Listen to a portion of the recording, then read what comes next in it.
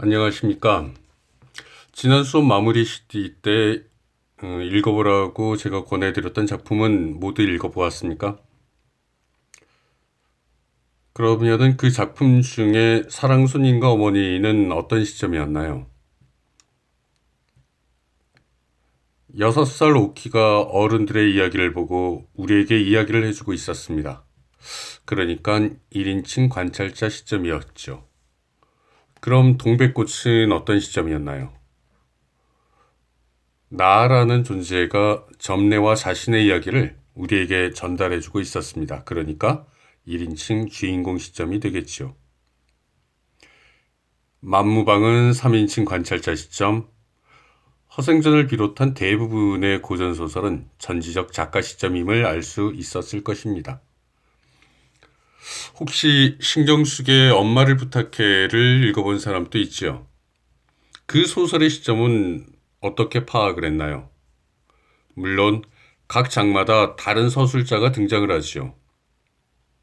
하지만 특이하게 너라는 2인칭 대명사를 등장시켜 이야기를 전개해 나가는 독특한 시점이 나타난다는 것이 그 소설의 가장 큰 특징이었을 것입니다.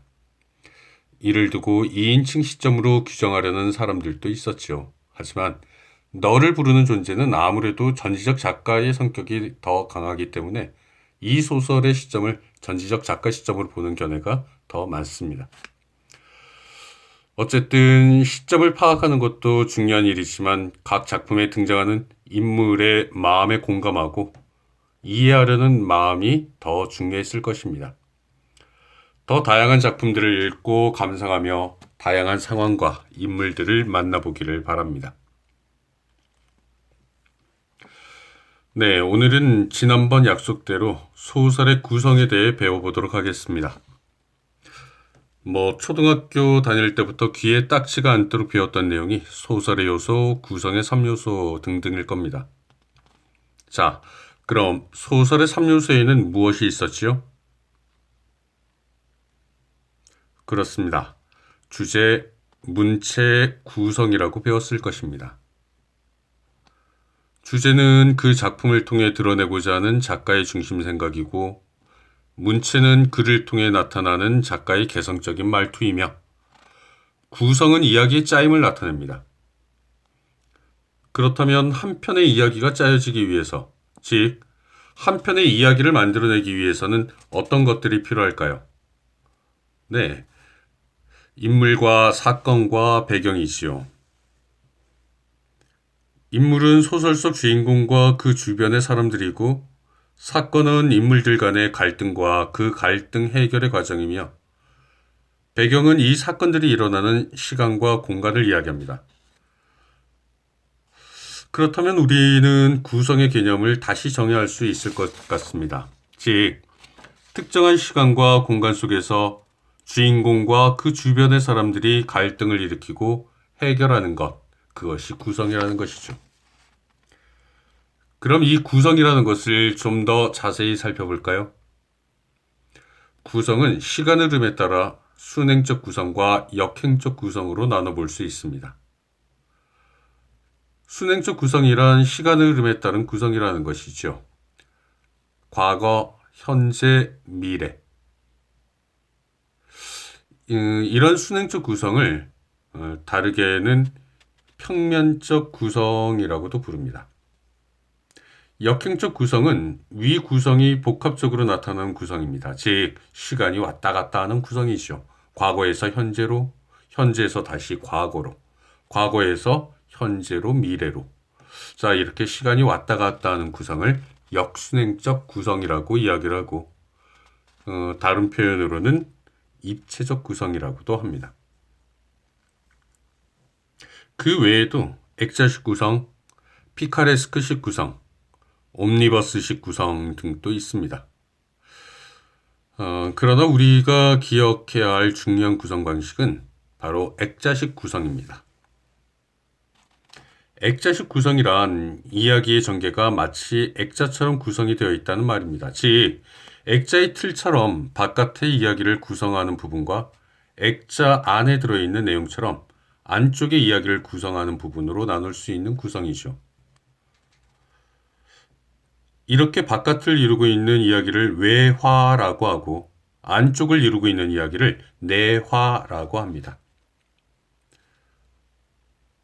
자, 이제 실제 작품을 통해 이를 적용하고 확인해 보겠습니다. 여러분, 지난 시간에 제가 여러분께 꼭 읽어보라고 했던 작품 중에 현진건의 고향이라는 작품이 있었습니다. 모두 읽어봤습니까?